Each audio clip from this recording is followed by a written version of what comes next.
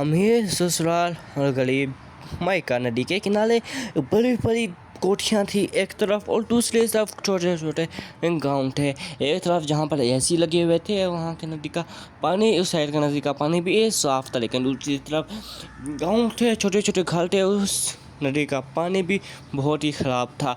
और वहीं पर एक घर में एसी रहता था जो कि बहुत अमीर घर के ख़ानदान था। वो अपनी बहन के साथ रहता था। उसके जो भाई थे वो अक्सर लंदन में रहते थे। वो उनकी माँ उसके लिसी के लिए अपना रिश्ता देखने जो उन्होंने रिश्ता देख के लड़की उन्हें पसंद आ गई, लेकिन उसकी माँ और उसकी बहन बहुत घमंडी थी। उन्होंने जाते क्या या कि हमें जहेज में लैम्बोर्गिनी गाड़ी चाहिए।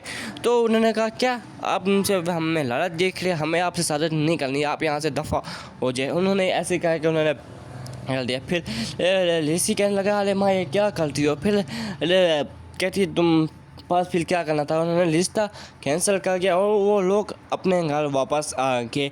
वो तीनों बहुत ही घमंडी थी, उसकी माँ, उसकी बहन और उसकी भाभी बहुत ही घमंडी थी। एक दिन वो लिसी नदी के किनारे खड़ा हुआ था। वो दूसरे घर देख रहा था कि ये लोग छोटे छोटे गांव में कैसे रहते हैं इतनी गर्मी में। वो नदी के दूसरे किनारे का उसने जाने का फैसला किया और दूसरे किनारे चला गया नदी के।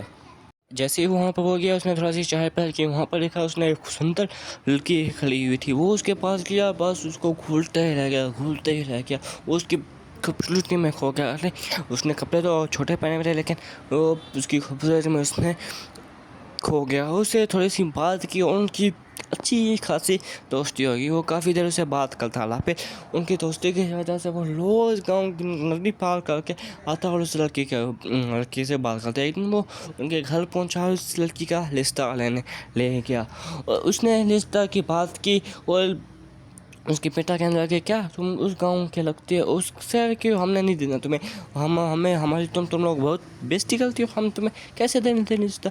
ये कह रहे। उसने कहा नहीं मैं ऐसे लड़के नहीं। उन्होंने कहा ठीक है हाँ कर दी।